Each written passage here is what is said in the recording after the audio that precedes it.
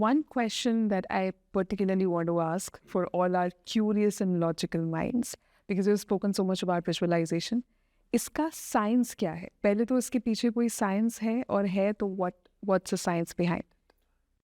Absolutely sciences के पीछे बहुत ही पावरफुल साइंस है जो अब रिसर्च बता रही है हमें.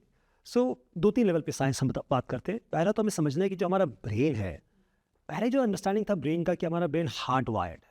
एक बार वो ब्रेन आपका डेवलप हो गया 20-22 साल तक, वो चेंज नहीं हो सकता है. Like like a computer system is a hard wired thing, which was not the right understanding.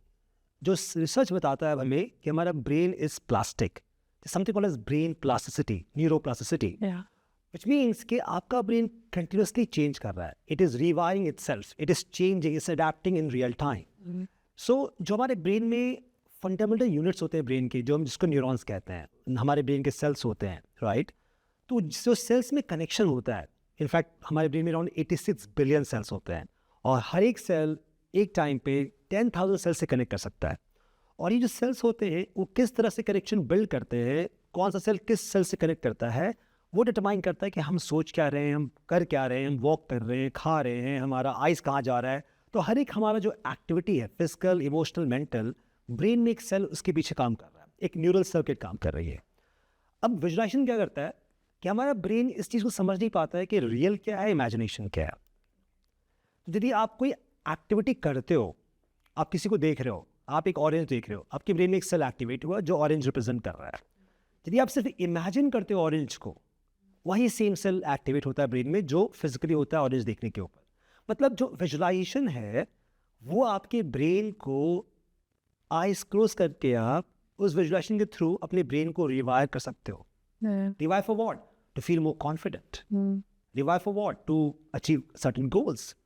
तो विजुलाइजेशन इज अ टूल जो आपके ब्रेन को चेंज करने में, अपग्रेड करने में, रिवायर करने में हेल्प करता है. तो that's one of science of visualization, number 1.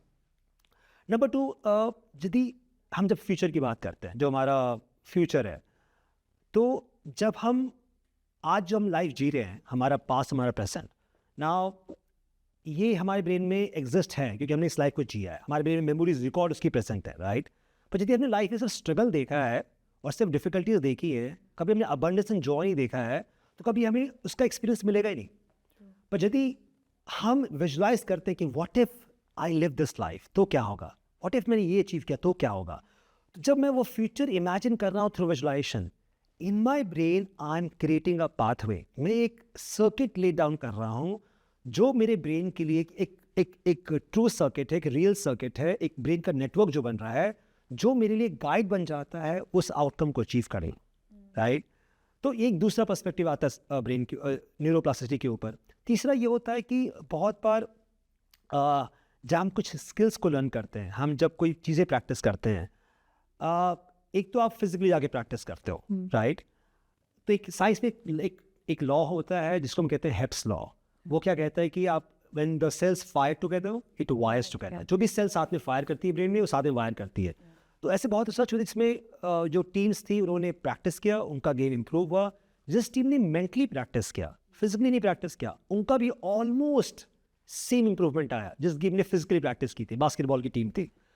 तो आई थिंक विजुलाइजेशन का बहुत ही पावरफुल साइंस है. यदि आपने इस कॉन्सेप्ट को फिजिकल प्रैक्टिस के साथ मर्ज कर दिया, it's a recipe of greatness. It's a recipe of becoming the best in whatever field you are. You are a creative entrepreneur, you can generate ideas, you can bring conviction, you can tap your subconscious mind. हमारा brain में एक हिस्सा होता है, RAS कहते हैं उसको हम.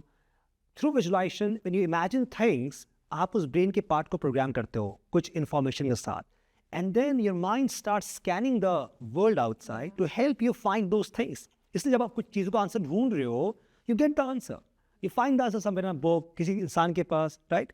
तो आई थिंक बहुत अधिक साइंस है इसके ऊपर, ब्रेन के ऊपर, विजुलाइजेशन का.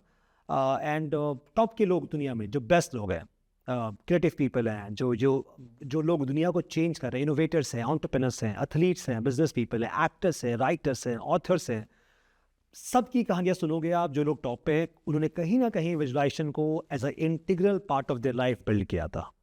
It is that powerful.